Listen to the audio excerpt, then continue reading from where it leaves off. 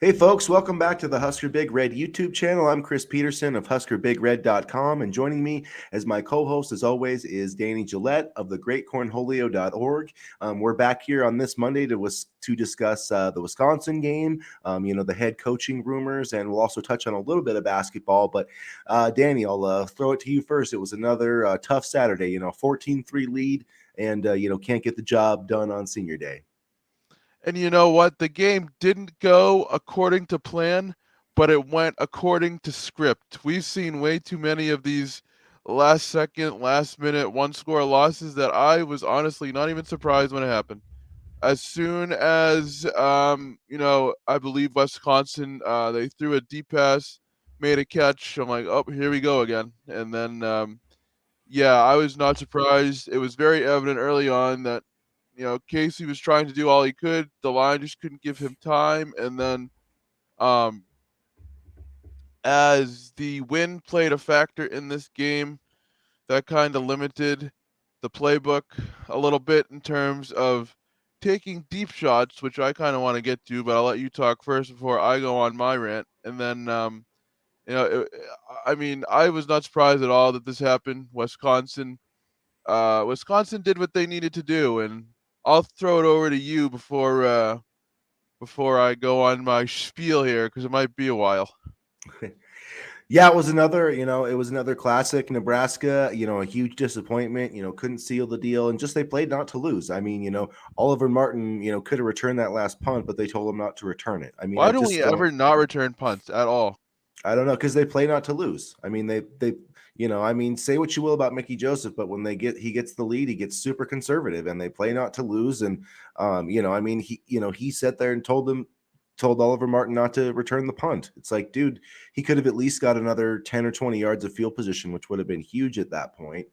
And, it just seemed like once they got the 14-3 lead, they were just trying to hang on for dear life, like they did against like Minnesota. And, they just, it's just frustrating. They can't run the ball. The offensive line, really sucks. And, the defense played really well. They played their heart out again. And, this is like for the fourth week in a row, I can't put the loss on the defense. I know they gave up a lot of points to Michigan, but this is 3 times in 4 games the offense hasn't got 200 yards. I think they had like 11 first downs. I mean, this is the worst Nebraska offense that I have ever seen, and I hope that Mark Whipple is just publicly freaking embarrassed. I know they don't need to fire him, but I think that they just for every sake of Nebraska football fan, for what a garbage coach he is, I think that they should have like a public, put him in the stocking things like they used to do with like the witches back in the Hang him day. in the gallows. I mean, I don't want to go that far, No, but he no, definitely no. needs he definitely needs some public embarrassment though, because his offense is the worst I think I've ever seen in Nebraska history. And the line is the worst I've ever seen in Nebraska history. I have never seen not only Nebraska history, but I'll even go as far as to say I have never seen a worse offensive line in my entire life. I have never ever seen a more pathetic, can't block, overpowered, weak offensive line. Yeah, it really is embarrassing. I mean, Anthony Grant was like lucky to get to the line of scrimmage before he got hit. Casey Thompson got sacked I don't know how many times, like 4 times, but he I had to lost run count. I he lost had to count run once I for his started life running out of though, too. toes. Yeah.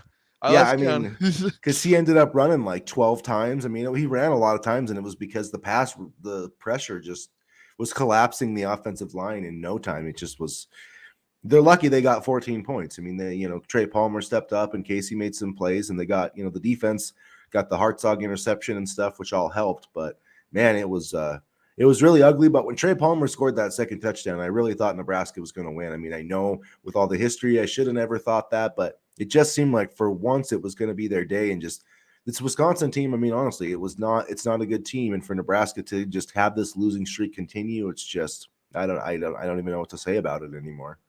Yeah, I mean, I'm not surprised, and I will say that Anthony Grant has been done no favors. You Mm-mm. have a crappy offensive line. You have an offensive coordinator who doesn't like to run the football, and you can't get any momentum going on the ground because you're not, in a rhythm to where you can do so. And this is just it's just another frustrating game. And I forget where I was going to go with. Oh yeah, now I remember where I was going to go. Speaking of running the football, I tweeted this out on Saturday. and I kind of mentioned this, and you agreed with me last week too. If you're an opposing team and you're playing Nebraska, you follow the formula. If you don't get, big runs on in the first half, chip away, chip away, even if you get 1 or 2 yards, because the defense will be exhausted, and then by the second half, you'll be able to establish that run game fully and get points. And that's what Wisconsin did on Saturday, and that's what Minnesota did, that's what Michigan did, that's what Illinois did. It's a formula that works every single time. And it worked again on Saturday, and the defense was once again ran out of gas. I feel like we could take any of these shows that we could do like over the past couple weeks and just copy and paste the title, and it would be the same exact stuff every single week. But credit to the opposition, credit to Wisconsin. They watched the film, they knew what they needed to do, and they won the game. Yeah, you can't win in the Big Ten if you can't, hang in the trenches, and that's been the problem ever since Scott became the head coach. And not that Mickey or whoever's going to fix it right away, but I mean, it's just that's why this team can't win games. I mean, you look at the Northwestern game; they got their ass kicked in the trenches. Had an 11-point lead, lost the game. Minnesota had a 10-point lead, got their ass kicked in the trenches, lost the game. Wisconsin 11-point lead, lost the game. I mean, that's 3 games you've had a double-digit lead in conference play. I mean, Georgia Southern, I'm pretty sure they at least were up by 7, maybe not 10, but I mean, that's 4 games right there where you had the lead and couldn't seal the deal. And then, you look at the Purdue game was right there for the taking. It's just really frustrating because this team, if they had some decent, and the defensive line isn't as bad, but if this team just had an average offensive line, they'd be going to a bowl game. I mean, I 100% believe that, because if Casey hadn't gotten hurt, which was the problem of the offensive line, this offense wouldn't have fallen off as much. And, it's really frustrating because you do have 4-star guys on here that, are playing like 0 stars basically.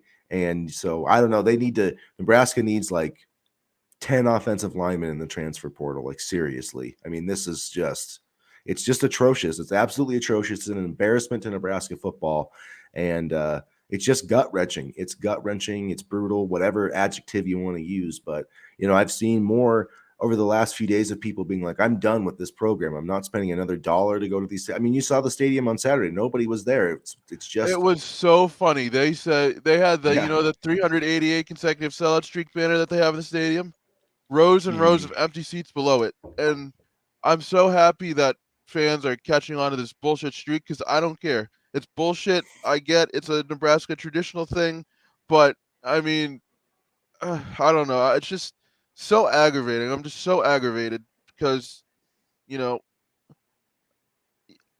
there's just so much potential with this team. You have Trey Palmer, Casey Thompson, Anthony Grant. I mean, even Vokalek, I'd say, even though he's not one of the more star players, so to speak, and you're just wasting it. You're wasting it, and you're getting players hurt in the process. Yeah, and it's it just reinforces the fact that Trev Alberts really needs to hit on this hire, and I think that'll be a good. Let's just I can't I don't have anything else to say about the Wisconsin game other than it's just the same old same old. I'm So not even probably gonna watch Friday, honestly. Like, I was excited to watch Wisconsin game, maybe the upset. I'm gonna enjoy the Thanksgiving festivities day after with my family, and if it comes on and then I have a few minutes, great. But I'm not gonna go out of my way to watch Friday's game. yeah, I mean, I'm gonna watch it and hope that we can spoil Iowa's Big Ten West championship. But I guarantee you right now, this is what's gonna happen.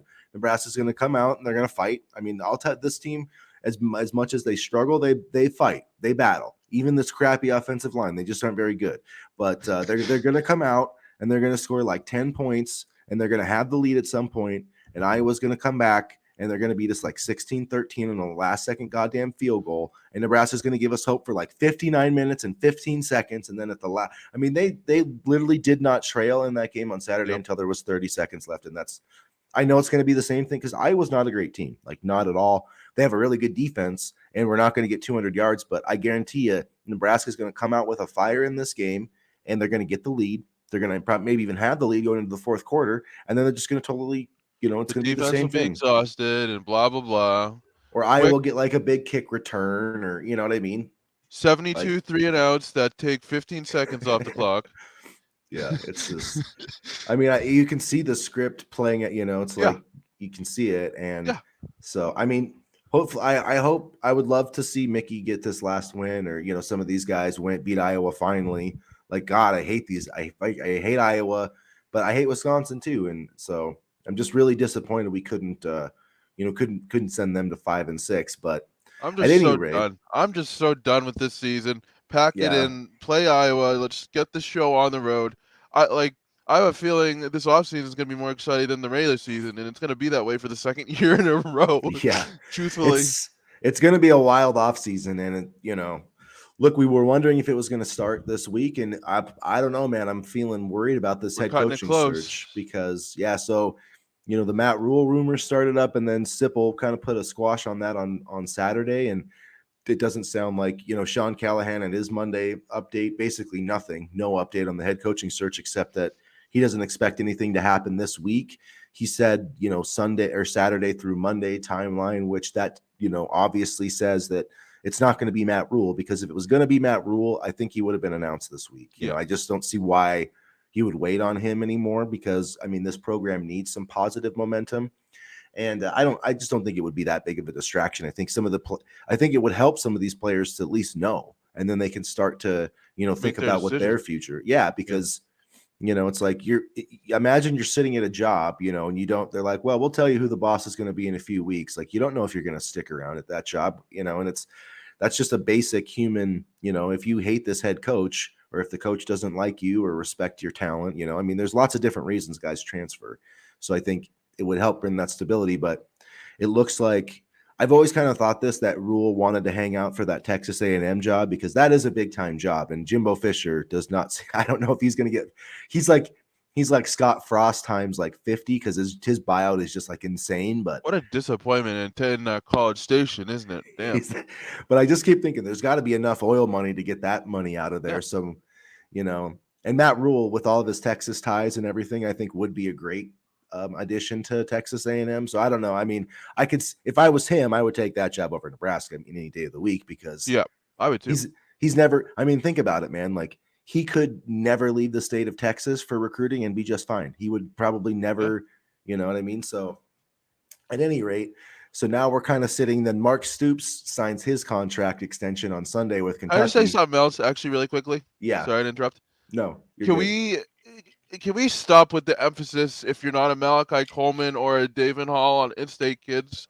Because the in-state kids that we have got their asses beat on Saturday. And I get you want to build a fence around Nebraska, and I get, and I even was like, oh, this is good. They're keeping more kids in the state. But the more I realize it, the more I feel like our in-state kids just won't match up with what we need at this point in time.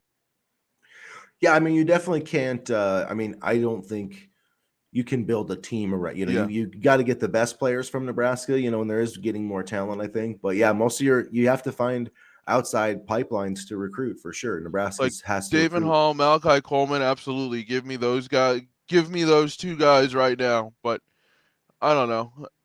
This recruiting strategy is going to be interesting, but I'll let you finish your thought. Go ahead. Sorry, I just have these random thoughts that pop into my head while we're doing this. Well, and I think, I just think that Nebraska needs to do a better job of evaluating talent, whether they're players from Nebraska or wherever. I think they just need to. I just don't think that this program for the last 5 years, it's like they don't. Do they do their own scouting, or do they just look at they're like, oh, 24/7 likes him, so he must be good? Like, I don't They know do what what they're doing. 24/7 does. They take all the averages, calculate, Yeah, ooh, I this don't know kid what got they're offered by that guy, and then they make their decision. That's probably what they do. Yeah, yeah, it's interesting, but they need to get some real, like, what I would like to see is not. I mean, I do want to see him obviously get a lot of coaches on the field, but they really need to I want to see him hire like 15 analysts. You know what I mean? Like, because that's what a lot of the big I mean, you look at Ohio State, Michigan, they've got like a bajillion, and Florida has like 50, literally 50 analysts. Go look at Billy Napier's staff. I mean, and not all these guys can help recruit. They're a little more limited, but they can talk to recruits. And the other thing is they can evaluate recruits. You can I mean, you've got smart ass people who've watched a lot of NFL football, who have been scouts. They're just out there. Get some of those guys who can really evaluate these guys, watch their tape, and really evaluate your own team too. I mean, I'm sure Nebraska has guys that are doing that, but I just feel like they need to invest some more in that type of thing, because this program is never going to, it's never going to be Texas A&M where it's going to say, hey, there's just, a 15 top 100 kids in our state that we can go after. That's not going to be that way. And even if this program is winning, like the majority of players that come here are going to be 3-star players. So you've got to be able to evaluate the right ones and develop them. And then you've got to be able to find the ones that are ranked as 3 stars that you're like, hey, that guy shouldn't be a 3-star. And this is the reason why, or, the ranking systems are underrating this guy because like Jair Alexander for the Green Bay Packers, for example, he's like 5'9 3/4, 5'10". A lot of people didn't think that, a guy like that could have success. Well, you need to, take some chances on those guys and take some risks. But Marcus Jones out of Houston for the Patriots up here, like he was another guy, and yeah, thank goodness for that kick return yesterday because that game was awful. I can't believe I spent that just was the bad. entire That was weekend brutal. watching terrible football, and I want my weekend back. Hey, at least the Patriots won though. What, 6-4 now? They did, and it was 6-4. exciting, but it only took 3 hours to get to the exciting part. Yeah, it was. Yeah, that Wisconsin game was like watching paint dry. But that a lead never feels safe. And anyway, No. I mean, I feel like and I know everybody's been like refreshing their Twitter pages and wherever you're following your Nebraska news. If you're 24/7 or On3, inside subscriber, whatever. But there's not been a lot of news. At least that's been good. Like I mentioned that Mark Stoops, signed his contract extension. He was on my short list of guys. Matt Rule. I don't know that Matt Rule's done, but it just doesn't seem like there's a lot of buzz there. And things can change and happen. But I mean, Bruce Feldman, he kind of did an update this weekend, and his top 3 guys were, I think, Munkin, Leopold, and then your best buddy Bill O'Brien, which I'll throw up if he's the head coach. I'll throw up in my mouth, and then I'll probably collapse, and then eventually I'll drink some Kool-Aid. But God, that just would be such an underwhelming hire. We're gonna throw money at Bill O'Brien, and it's gonna be that way because Trev wants a safe hire and a safe choice. I don't think he's gonna be the type to make a splash hire. I mean, but God, I would be so disappointed. I'd come into this podcast with a bag on my head every single time if Bill O'Brien is the head coach, which you and the viewers would probably rather much enjoy than my beautiful face. But if it's Bill O'Brien, don't even get me going. Don't even. Yeah, I don't. That's not thought. Well, it's 8:30 in the morning. I can't be the stressed at 8:30 in the morning. I don't know. It doesn't seem like there's been that much traction with him. I feel like they would. I don't know. I would rather Munkin than him, honestly. And Leopold is. I know that there's been talks of Kansas kind of extending him, and I don't know. There's a lot of. I really am underwhelmed with Dave Doreen and what. I mean, I'm trying not to judge coaches on this season. I mean, I know that's a little bit of fool's gold, and like he has built a solid program. I mean, it's not like, any coach that, Trev hires is going to come from, some winning, like Munkin's won at Army, Doreen's won, Lance Leopold's won, if you lose to Boston College, you deserve to be judged. I'm sorry. Yeah, I mean, yeah, and then they turned around and lost to Louisville. So I mean, I know that they've lost. I don't know what's up with Devin Leary. I know he's been out. So I mean, I'm not saying that Dave Doreen couldn't win here. I'm sure he would do a better job than Scott Frost because I mean, a monkey could do a better job than Scott Frost. But I mean, I'm not overwhelmed by, the thought of hiring Dave Doreen. I mean, I'm really not. And there's a lot of stuff on Twitter. I know that Chris Kleiman has, he honestly right now, I would take him, the Kansas State head coach. He just, he's kind of kicking ass in the Big 12. I mean, he won with Adrian Martinez. So, I mean, that's a check in his, although I think they have I think he's out for the season now that Will Howard kid is playing. I feel bad for Adrian. He's not even going to get to play in the bowl game that his team got to. For his 8th year of college football, I do kind of feel bad though. But I mean, I don't know if Trev has a plan. He's doing a good job of keeping it under wraps. Yeah. But I just hope he has a plan because this team needs help, but it needs help quickly. Yeah, and it's the thing about Kleiman is then you have to wait another week to hire him because I doubt he's going to be like, I'm going to go play for a Big 12 championship, and so that kind of worries me. Not that I mean. I guess I would say this: it's better to wait a week for the right person than to, jump the gun to get the wrong guy. I mean, I know that's going to cut us close to the transfer portal and everything else. Very close. But yeah, it's not a great situation. I mean, but I would be happy with, there was, I think somebody had said on Twitter that Sipple, said that, he expects the next head coach to come from one of those Kansas guys, which I would be okay with. I mean, I know it's not who we all wanted in terms of like Lane Kiffin or, whoever, but I do think that Leopold would do a solid job. But I really think that Kleiman would be a good hire because, you look at their recruit, like this year, their recruiting class, they've got the number 77 overall prospect, which is a quarterback, Avery Johnson. Now the kid is from Kansas, but still, I mean, they beat, Oregon was sniffing around, Notre Dame, Michigan, all those schools, and they beat out all of them. So, I mean, I think that shows you something right there that guy knows how to recruit. And he just knows he's got a style of football, a brand of football. If you've ever watched North Dakota State over the years, big offensive lineman, going to run the football at you. And, you look at Kansas State. I mean, you talk about evaluations all the time. Deuce Vaughn, one of the best running backs in college football right now. I mean, nobody would argue that. Guess what, man? He was a 3-star recruit out of Texas. Texas didn't even offer the kid. They didn't even want the kid. And Kansas State went and found him, and now he's one of the best running backs in the country. So, we need a coach that can do that type of thing at Nebraska. And, I'm hoping that that Trev has that move up his sleeve, because if it's not one of those guys, I'd take Jeff Monken, I guess, but I don't love Doreen or O'Brien at all. No, those do not excite me. You know what's gonna happen? You're gonna edit this. You're gonna make this all nice. You're gonna do all this, and then the announcement is going to come right after you post this, because that's how these things work. That would be But funny. I mean, honestly, I would love that, because at least we would have an idea of who the head coach is. But I Yeah. mean, we are cutting it really close, and while I applaud Trev for his ability to keep things under wraps, I'm worried that things are almost too under wraps, and that there is really not a plan, but the candidates we want have kind of said no, and now we're kind of scrambling. Because the other thing too is, if a if I'm a Nebraska player who wants to transfer, I want to get in the transfer portal, I don't know, the day it opens, and not have to wait, because I think there's going to be a lot of kids in there this off Yeah. season.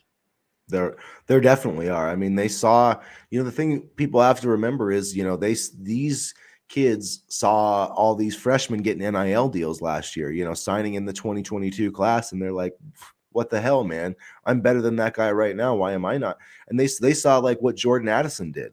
I mean, he was the Bolitnikoff Award winner on a team that won the ACC, and he ditched out in the portal this spring. I mean, after spring ball, like it's crazy. Your roster, nothing is ever guaranteed. I mean, Xavier Worthy, the Star Texas receiver, I mean, they were going after him. I almost, because they said that Jordan Addison was like their number 2 target, who USC wanted.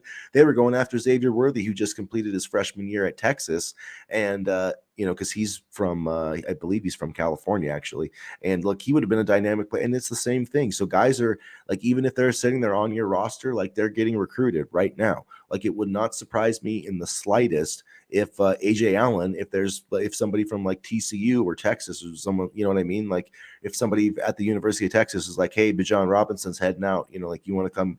I have no idea I'm just saying, like those types of conversations are happening, and Nebraska needs a head coach in there to basically recruit these guys, because you have to recruit your own roster, 24/7 essentially.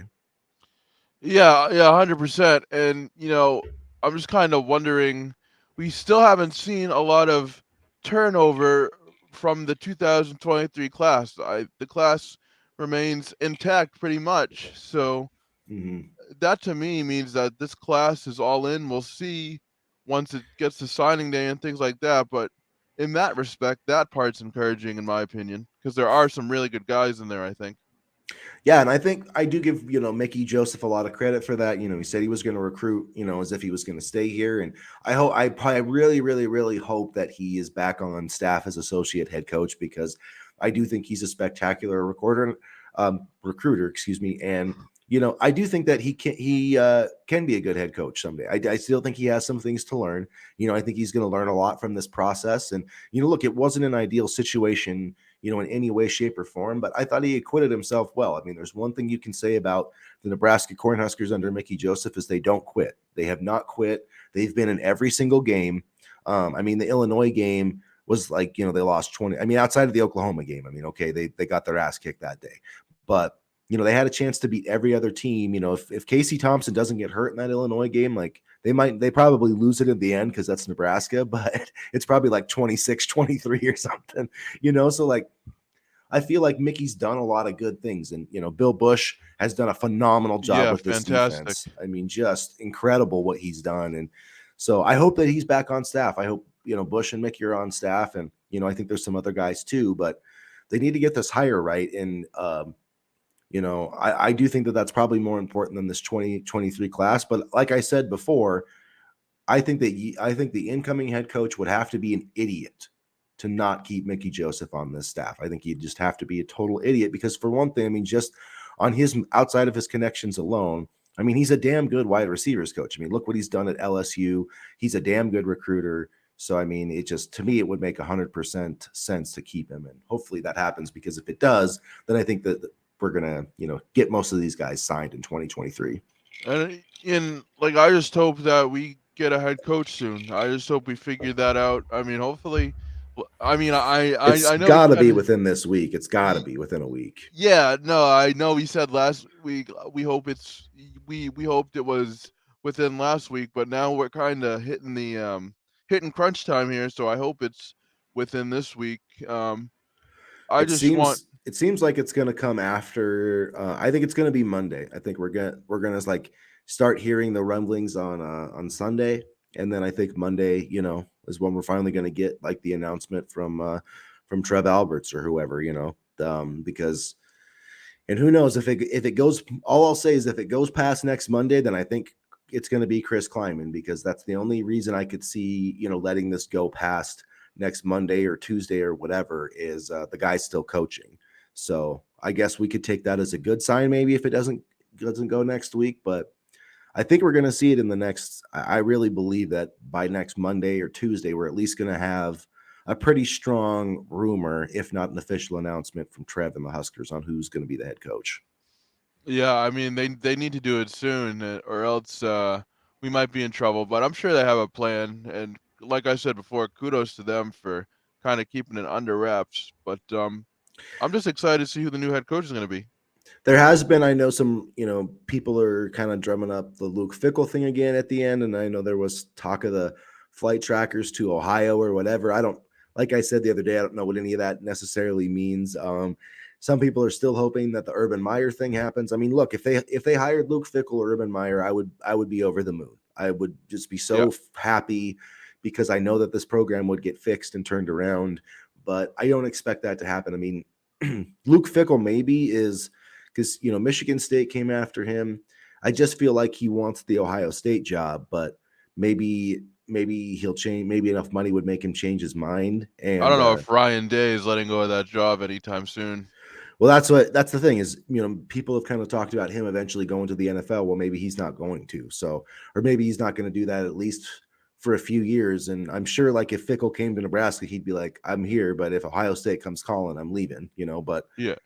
you got to take that risk. But I mean, honestly, I would throw like $12 million at him. I don't care. Yeah. And what I would really do is, I don't know if you saw this, and the Washington coach, I can't remember his name, DeBoer, Peterson? I think. Oh. No, the coach that's there right now. Yeah.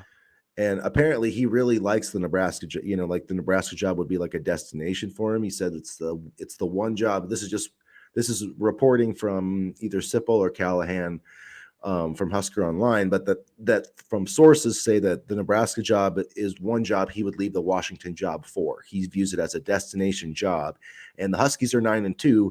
The problem is that there's a $12 million buyout. Go pay it. I don't care. Go pay it. Go pay it. Go get him. It'll be worth it. That $12 million would be worth it to this program, because right now we can't even fill the seats. I mean, people don't want to watch Nebraska football anymore. They're fed up. I've seen so many people on the message boards that are just like, I'm done. I don't care anymore. I can't be emotionally invested in this any longer. And at some point, I do kind of get that. Like, it's hard to sit there and just be excited about something that disappoints you just over and over and over and over again. It's like, it would be like if you were going to buy tickets to a movie that you knew was just a shit ass movie. Like, why would you continue to go to that if you knew it was going to suck? I mean, it makes no sense. So, like, Well, that's why I don't I'm know. like, stop with the bullshit sellout streak.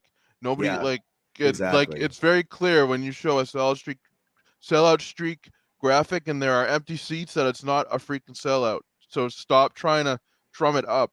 Like Yeah. the I don't know. The sooner the sellout streak ends, like, maybe that will get people's attention, but I don't blame them. I was just so defeated after Saturday. I really was. I mean, Yeah. I spent 3 hours just watching this team fall apart, and same shit, different day. It's just like I'm just ready for the season to end. Yeah, well, it's so frustrating because we're sitting there at 3-7 and have no hope for a bowl game, but I'm sitting, I'm trying to always, give myself a reason or be And I optimistic give you about it. credit for that. I really do, Yeah. because I'm gonna enjoy my turkey and my family and not even worry about the game on Friday, I don't think. I mean, I am, but it's like, I'm sitting there thinking like, man, if we could win these last two games, I'd feel a lot better about this season. 5-7, beat Iowa and Wisconsin. And when Casey came back, I was like, yeah, we have some hope here. And then, it's just another massive disappointment. And now we're, if they don't win this game, we're looking at another 3-9 season. And there's no part of me that expected another 3-9 year after. I thought last year was like really the rock bottom, but I don't know. Hopefully this is it, and we'll be getting a new head coach soon. But yeah, I mean, it does have me a little bit worried right now. There's not a ton of rumors out there, so I don't know what Trev's doing, but there's some elite coaches out there, and I hope that Nebraska's willing to fork out the money to get them, because this program needs somebody now, and we cannot miss on this hire. And this program will be so far back and into the Stone Age. I mean, we'll basically be freaking Indiana at that point. We're already basically Kansas. I mean, we're the only program in the FBS that hasn't been to a bowl game in the last 5 years. So I don't know how you can get any lower than we already are. First time I turned on the TV, I turned on the TV at around like 12:15 my time on Saturday. Casey Thompson gets absolutely leveled for a sack, and he's running for his life. I'm like, oh shit, here we go again, right on script. But it was just more of the same on Saturday. And who did win though was the basketball team on Sunday. They didn't win on Thursday, and we can talk a little bit about Thursday. I didn't get to watch Sunday because I had NFL duties, but Sunday I thought, I looked at the box score, and Arkansas Pine Bluff is not exactly a powerhouse program, but a win is a win. Yeah, I mean, they are ranked pretty low, in the Ken Palm rankings. They're outside the top 300, but it is what it is. I mean, everybody at this level is a D1 player, and they all got scholarships, right? And so Nebraska in the first half was down by 3 points. They gave up a lot of 3-pointers, and look, the other team just shot the ball really well, and that's going to happen sometimes. I think Nebraska was smart to just kind of stick with its defensive strategy, and then the second half, Sam Griesel really stepped up. Blaise Keita really stepped up, and just defensively, man, they held this team, to 19 points. I mean, and they, you're sitting at the half down by 3, and the spread is 18.5 points, and I'm thinking like, forget the spread, we just got to win this game, and they ended up winning by 24, so they still covered the spread, and they outscored this team by 27 points in the second half. So, I feel like my takeaway just from this last week is that Nebraska is still trying to find their identity. I mean, you look at this team, and most of the guys starting are transfers, at least right now. Kato's a transfer. Gary's a transfer. Griesel's a Bandamel. transfer. Yes, I mean, you've only got really one returning starter, and Derek Walker's not back. So I mean, you're still trying to kind of fit these pieces together. But I think what's encouraging is that if you could find a way to just put together a game, and play, put together that first half against St. John's and the second half against Pine Bluff, and you got a pretty good game there. So I do think they just have to find that consistency. And it was good to see some guys hit some shots yesterday. CJ Wilcher was 3 for 3. Gary hit some threes, scored 17 points. But I really do think they, found something with, putting Griesel in the post and, kind of letting him create for others, because he had like 3 dump down assists to Keita, and that really kind of changed the game. He ended up having a double-double, which was big, and hit against St. John's. So if you on college sports, like Basketball Stats Reference, they have like advanced stats, and so they'll do like offensive player ratings and stuff like that. Well, your average player rating, which should be around like 100 for offense, it's like 1 point per possession if you divide it. Well, Blaise Keita's offensive rating against St. John's was 6, as in Nebraska, when he was on the floor, averaged 0.006 points per possession. So, I mean, I've never seen a number that low, and it was good to have him bounce back. So, I mean, there was some bad offense last week. So, this team's missing Derek Walker for sure. And they desperately need to get him back before Big Ten player. Like Wilhelm Breidenbach has just been to me, he's been a big disappointment. So, they've got to have somebody who can score down low. And while Cato did a better job of that yesterday, you're not going to have like those dump off dunks in Big Ten play. You're going to need somebody you can throw the ball to, can actually make a post move. And that's why, I don't know, I really hope Derek Walker's coming back. Fred Hoiberg talked about his back now, which is, I find it to be weird, because if he had a back issue the entire time, why wouldn't you have said it's a back issue? So I don't understand what's going on, but apparently there's talk he'll be back for, the Boston College game. So hopefully that's what plays out.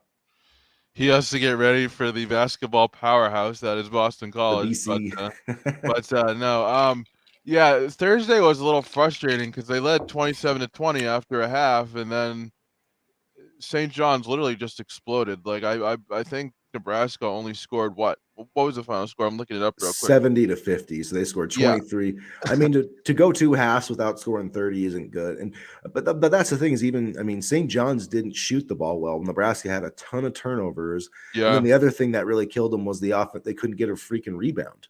So, I mean, the St. John, my thing is like, if you hold the team to 70 points and you're having a ton of turnovers, like you're probably at least going to have a shot to win, because I mean, if you hold somebody under 60 in college hoops, you're probably going to win the game. If it's under 70, you're going to have like a decent shot. And so I wasn't discouraged, honestly, with the defense. I didn't think played bad against St. John's, but offensively, it was really, really bad. I mean, what worries me is, like Sam Griesel has looked pretty solid against, 3, non-power 5 opponents, but against St. John's, he had like 8 turnovers. And so I'm really worried about, playing in the Big Ten Conference, how he's going to be able to handle that. And because you're not going to win games if you're turning the ball over a bunch. You're just not. Well, this is why you have these types of games now. So hopefully you get things sorted out by the time Big Ten play rolls around. But no, I'll be interested to see. I'll actually be at a family member's house for Thanksgiving. I don't know why they have a game on Thanksgiving, but I'll be interested to follow the Oklahoma game on Thursday, and that's going to be another big test. Yeah, and I believe it's part of a tournament, so I think that they have some more games on tap, depending on who they win. But yeah, it will be a big test, and I like what I've seen in parts out of this team. They just need to, be a little more consistent, I think, for 40 minutes and, get some shots going. But man, when CJ Wilcher and Tominaga are making shots, like this is a tough team to beat, like for sure. Mm. Yeah, and we've been kind of missing that 3-point marksman over the years. So if they can just continue to play consistently, and you know, if the offense can just continue to create for others, then I think that we may have something here. I really do. I think we may have something here. I'm not going to say NCAA champions or anything like that, but I think this team could get a couple wins here and there, maybe even a couple wins during conference play. I'll be interested to see like when this team fully gels, like what their strengths and weaknesses are, because boy, they're gonna need to be ready for January and February.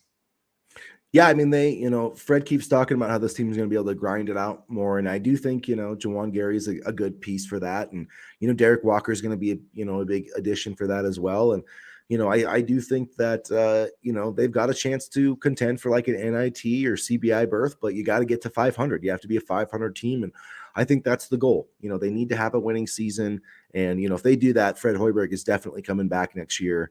And, I think that's the best thing, long-term for this program. It's just Nebraska basketball it's in a tough spot. Tim Miles kind of got some excitement going. And, I really thought that, like, I honestly legitimately thought Fred Hoiberg would have Nebraska, like winning 20 games by now. So, I'm surprised that it's been the struggle that it was. But at the same time, this isn't the Big 12. This is the Big 10, and it's a brutal basketball conference. So, you know, while Nebraska's gotten a lot of money out of these deals, going to the Big Ten, it hasn't worked out, in terms of the wins and the losses. So hopefully that'll start to change.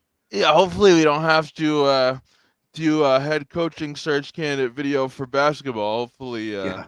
Hopefully we can wait a couple years, a year, or at least a year or two on that one. But I'll be interested to see what this team does when they're fully gelled as a unit and how they fare up against the conference competition. Yeah, and so for the rest of this week, guys, I guess the main thing is just to make sure you're following along on Twitter. And there's going to be a lot of crazy rumors going out there. You're probably going to see lots of flight trackers and everything. So, we'll have another video, I believe, sometime this week. We'll preview the Iowa game. We'll update you on some of the coaching search happenings. If the head coach does drop, we'll definitely get a reactions video out as soon as possible. But I would not predict a head coach this week. But I guess let's end the show on this. Let's go with our, we do a lot of our predictions. Let's do our head coaching prediction. Let's just throw out who we think the head coach is going to be and like when you think it's going to be hired. So I'm going to say that's going to be Lance Leipold at this point. I'm going to say it's Lance Leipold, my best guess, and he's going to be announced next Monday. I'm going to say Matt Rule next Monday. I would be happy with that. I'm a big Matt Rule fan. I'm still holding out hope that he could be convinced. I haven't seen, I do. It does seem like he would get announced this week, but hopefully they can get it figured out. But yeah, I think that would be a win for Nebraska. Which means it will probably be Deion Sanders on Wednesday because we're so good at predictions. I would love Deion Sanders, but we'll see. We'll see. Yeah, I'd love Matt Rule, Deion Sanders, Lane Kiffin, Luke Fickell, but I don't think that's going to happen. So I think anybody with a pulse that knows how to recruit and develop, come on down to Lincoln. Yeah, and I think it's going to be. I think it's going to be so. Here's what I think is going to happen. I think Leipold is going to leave Kansas for Nebraska, and then I think Munkin is going to leave Army for Kansas. So that's how I think it. Because he got second the last time. That if Leipold didn't take the job, Munkin was going to go to Kansas. So, it kind of bums me out that we're taking the Kansas head coach, but I think he's a builder. I'm not that worried about his lack of recruiting at Kansas because it's Kansas, and I think he's a good football coach. I mean, his defense is a little suspect, but I like his offense. Yeah, it's gonna be. We'll see. That's my best guess right now. And so check us out, guys. Make sure that you're liking all our videos and commenting. Let us know who you think is going to be the next head coach, and make sure that you subscribe to our channel so you don't miss any of our Nebraska content. So we'll probably aim for another video coming out on Wednesday so we can preview the Iowa game and maybe even the Oklahoma game, and hopefully have some new head coaching news. So stick around for that. I'll make sure you're also checking out HuskerBigRed.com and the Great Cornholio.org. We've got lots of great Nebraska content there as well that you can read. So stick around for all of that. And as always, go Big Red. Go Big Red.